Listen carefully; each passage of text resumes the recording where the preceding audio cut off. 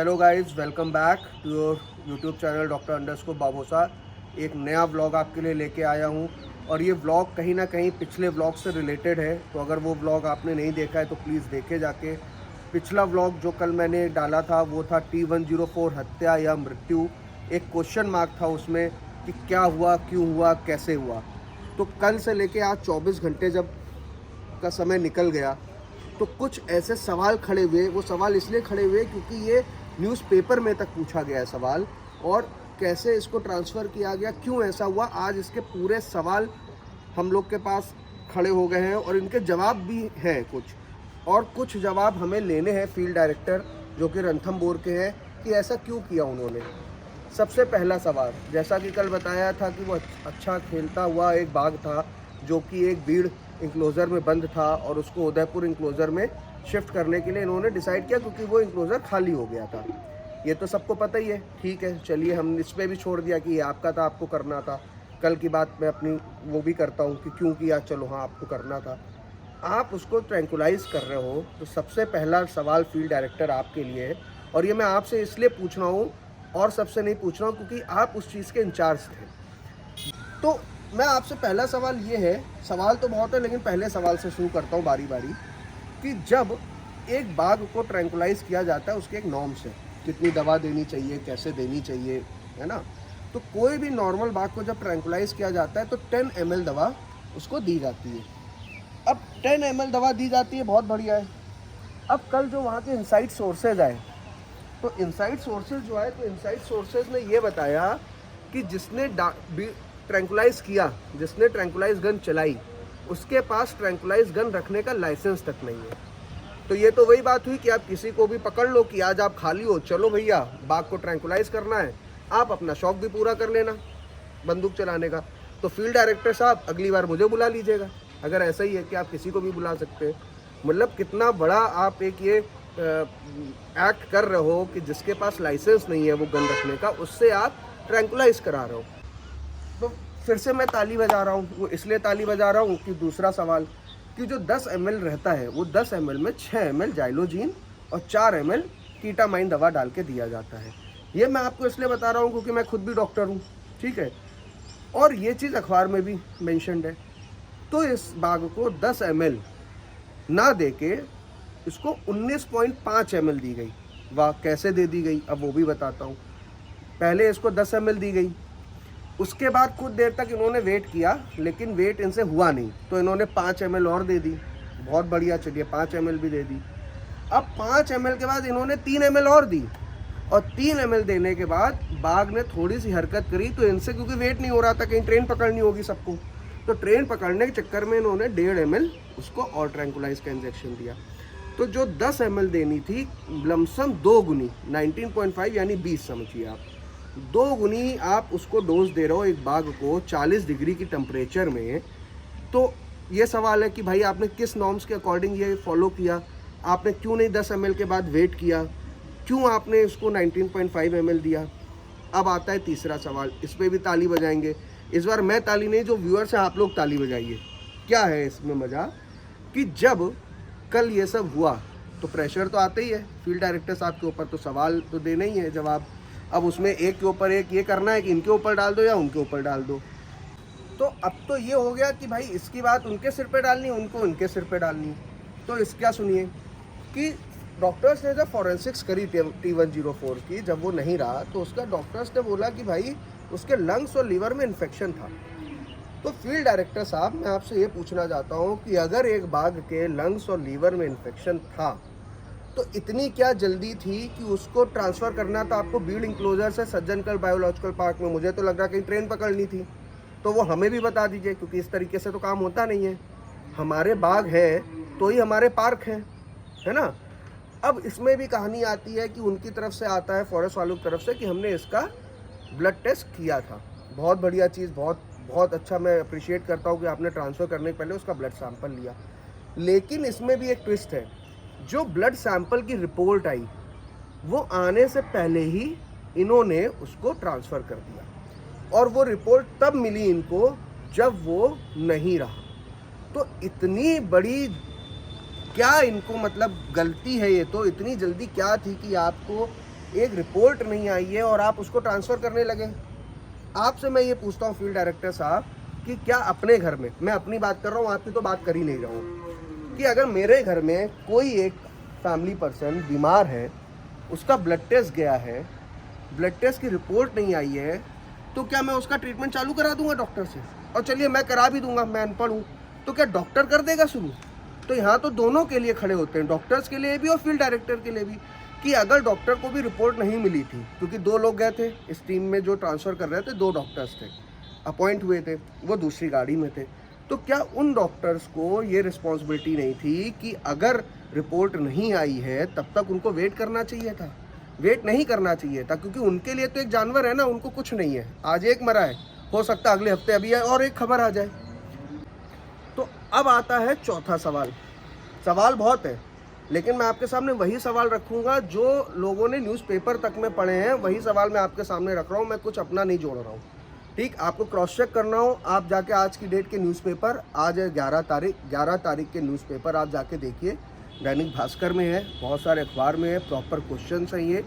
तो चौथा सवाल ये आता है कि भाई जब 2 डॉक्टर उसको लिए अपॉइंट थे, ठीक है, मैं भी डॉक्टर हूँ, अगर मुझे कोई मरीज़ दिया जा रहा है मेरे अंडर में मॉनिटरिंग के लिए, तो मैं उसके आसपास ही रहूँगा। ये तो नहीं है कि बस हाँ कर दिया और फिर हम घूमने चले गए, मूवी देखने चले गए।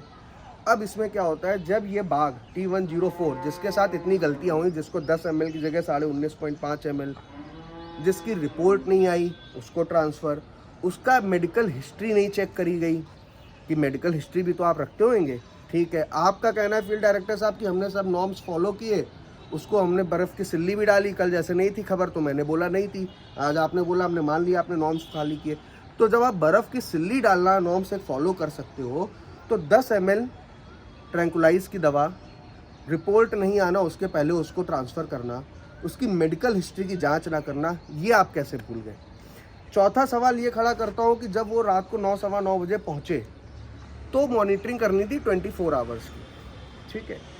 24 आवर्स की मॉनिटरिंग के लिए रात में वहाँ कोई नहीं था, सब उसको छोड़ के और चले गए। वो मैं आपको क्लिप भी डाल दूंगा जिसमें कि वो जब छोड़ा गया तो थोड़ा सा भागता है और फिर हल्का सा लड़खड़ा के वहीं बैठ जाता है। उसके बाद इनको लगा कि सब ठीक है, बहुत अच्छा काम किया, तो ये सब छोड़ के चले गए, कोई भी रात भर वहाँ मॉनिटरिंग के लिए नहीं रहा। और जब ये सुबह 7 बजे गए देखने कि चल के देखते हैं क्या हाल है, तो उस समय बाघ मरा पाया गया। तो ये एक और सवाल खड़ा होता है कि जब आपको मॉनिटरिंग के लिए गवर्नमेंट ऑफ इंडिया ने अपॉइंट किया था तो आप उस समय वहाँ पर क्यों नहीं थे? अगर 2 डॉक्टर्स थे, एक डॉक्टर रहता, आप शिफ्ट वाइज रहते, ऐसे क्यों किया कि दोनों लोग कहे आपको पता ही नहीं 9 से लेकर सुबह 7 बजे के बीच में क्या हुआ, हो सकता वो बच जाता, ठीक है। तो 5वां सवाल यहाँ ये खड़ा होता है, क्योंकि 4 सवाल तो पूछ लिए, अब इसके जवाब की मुझे उम्मीद तो नहीं है कभी आएंगे, कोई 10 साल लग जाए। और फील्ड डायरेक्टर साहब आपको तो पता ही है, ये सवाल तो आप ही से पूछ रहा हूँ, आप जवाब देंगे कि नहीं, कि आपके रहते सरिस्का में क्या हुआ था, उसके जवाब आज तक नहीं मिले, ठीक है, छोड़ दीजिए। मैं अपना कर्तव्य पूरा कर ले रहा हूँ कि आपसे सवाल पूछ ले रहा हूँ। तो इसी में एक और सवाल जोड़ता हूँ, 5वां सवाल ये है कि जब ये सब कुछ हो गया, भाई वो पहुंच गया, अभी मैंने बताया कि सुबह 7 बजे मरा पाया गया, डॉक्टर्स जो अपॉइंट थे वो रात को कोई नहीं था मॉनिटरिंग के लिए। अब आती है पोस्टमार्टम की बात, क्योंकि जब कोई मरता इंसान हो, चाहे जानवर हो, बाघ हो, तो वो तो भाई पोस्टमार्टम होगा। तो पोस्टमार्टम में जहाँ तक सोर्सेज ने बताया है और ये मेंशन भी अखबार में कि डॉक्टर हंस जो कि बायोलॉजिकल पार्क के ट्रैंकुलाइज डिपार्टमेंट के थे, उनसे आप पोस्टमार्टम करा रहे हो, जबकि ये एक स्पेशल केस था। मतलब जो ट्रैंकुलाइज डिपार्टमेंट में उस दिन था मौजूद, जिस डिपार्टमेंट से 10 ml की जगह 19.5 ml दिया गया डबल डोज, उसी डिपार्टमेंट के डॉक्टर हंस से आप पोस्टमार्टम करा रहे हो, तो ये पोस्टमार्टम की जो रिपोर्ट आएगी ये तो सेल्फ एक्सप्लेनेटरी है कि किस तरह की आएगी। और आप 24 घंटे बाद आके कह रहे हो कि वो मल्टी फेलियर ऑर्गन से मर गया, लंग इन्फेक्शन से मर गया, 12 घंटे में उसको लंग इन्फेक्शन भी हो गया, उसको लिवर इन्फेक्शन भी हो गया, उसको मल्टी फेलियर ऑर्गन भी हो गया, ठीक है। मैंने तो आज तक भाई नहीं देखा, या तो पहले से बीमार चल रहा होता, ना बीमार था। आपको मैं उसका फ़ोटोज़ डालूंगा इस व्लॉग में, आप उस बाघ को देखिएगा, कितना बड़ा साइज़ है और कितना सुंदर बाघ था।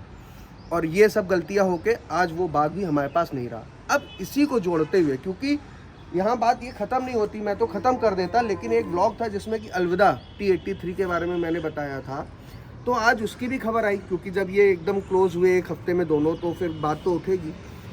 उसमें अब यहाँ ये आ गया कि फॉरेस्ट डिपार्टमेंट वाले डॉक्टर्स के ऊपर डाल रहे हैं, डॉक्टर्स फॉरेस्ट डिपार्टमेंट के ऊपर डाल रहे हैं। अब फॉरेस्ट डिपार्टमेंट क्या कह रहा है T83 के मामले में कि भाई जिस डॉक्टर ने, आप सवाल उससे पूछो जाके, मतलब इनका कोई मतलब नहीं है, वो मर गई, उसके पेट में 3 बच्चे थे, मर गए। इनका ये कहना है कि आप उन डॉक्टर से सवाल पूछो जाके कि जिसने अनीमा दिया, क्योंकि उसको अनीमा दिया गया था, ये मैंने आपको बताया है।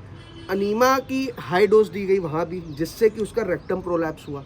ये पोस्टमार्टम की रिपोर्ट में कहीं मेंशन नहीं था, ये आज खबर आई है, न्यूज़पेपर में छपी है कि आप एक को 10 ml की जगह 19.5 ml दे रहे हो और उससे दे रहे हो जिसके पास कोई लाइसेंस नहीं। मैं तो कह रहा हूँ जिसने ट्रैंकुलाइज किया आप उसका नाम ला दो ना, आप बोल लो, आप डॉक्टरों के नाम डाल लो कि डॉक्टर हंस ने ये किया, डॉक्टर हिमांशु थे या ये फला थे। अब जिसने ट्रैंकुलाइज किया आप उसका नाम डालो ना, क्योंकि आपको तो है ही नहीं, उसके पास ना अथॉरिटी है ना लाइसेंस। आप तो कल हमें बुला लीजिएगा, हम भी आ जाएंगे, हम भी कर लेंगे, या किसी को भी आप पकड़ लीजिएगा, ठीक है। तो बात अब यहाँ शुरू होती है कि जब उसको अनीमा दिया गया T83 लाइटनिंग को, तो इतना हेवी डोज में अनीमा दिया गया, ये फॉरेस्ट डिपार्टमेंट का कहना है डॉक्टर्स की टीम के लिए, कि उसका रेक्टम प्रोलैप्स हो गया। रेक्टम प्रोलैप्स होने के बाद हाई डोज की वजह से उसका वूम रप्चर हो गया। तो वो जो कहानी थी कि वो बीमार चल रही थी, कुछ नहीं बीमार चल रही थी, ये तो उसको पकड़ के और अनीमा दे के ट्रीटमेंट करा और वो मर गई। मैं तो सीधे सीधे बोलूँगा। तो मेरा सिर्फ यही कहना है, जो भी इसके लिए लोग रिस्पॉन्सिबल हैं, आप आके, आप मत दो जवाब, आप एटलीस्ट आके ये चीज़ कमिट कर सकते हो कि हमसे गलती हुई, मान लेंगे।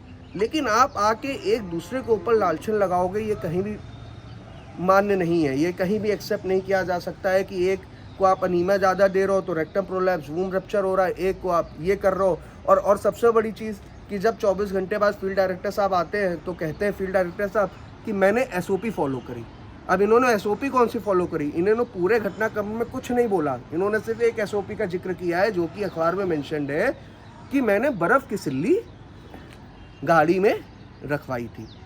तो इसके लिए मैं बहुत अप्रिशिएट करूंगा आपको फील्ड डायरेक्टर साहब कि आपने इतनी गर्मी में राजस्थान में एक बाग के लिए बर्फ़ की सिल्ली वाला SOP फॉलो किया, बाकी SOPs आप सब भूल गए। तो उसके लिए मैं अपने व्यूअर्स से ज़रूर बोलूँगा कि प्लीज़ आप उसके लिए तालियां बजाएं, उन फील्ड डायरेक्टर साहब के लिए ताली बजाएं जिन्होंने बर्फ़ की सिल्ली का इंतज़ाम किया, क्योंकि वही SOP फॉलो करी। तो आगे भी हो सकता है वो वही SOP फॉलो करेंगे कि बर्फ़ की सिल्ली रखवानी है, बाकी दवा कौन देगा, दवा कैसे देंगे, डॉक्टर्स की टीम क्यों नहीं है वहाँ पर रही पूरे टाइम मॉनिटरिंग, क्यों फॉरेंसिक जब हुई तो वही डॉक्टर अवेलेबल था जो उस डिपार्टमेंट से था जिसने डबल डोज दी। तो यहाँ तो सवाल खड़े होते हैं और सवाल मैं करता रहूँगा और रुकूंगा नहीं, क्योंकि ये एक बहुत गंभीर विषय है जिसके बारे में हम सबको सोचना चाहिए, क्योंकि ये बाग बढ़ाने की बात है, घटाने की बात नहीं है। जो हम बोल रहे हैं, या आप सब लोग भी हैं जो फॉरेस्ट डिपार्टमेंट में, इन आप सब का जो घर चल रहा है वो इन्हीं जानवरों से चल रहा है। कल ये जानवर नहीं रहेंगे तो आपकी नौकरियां नहीं रहेंगी, इसको समझिए।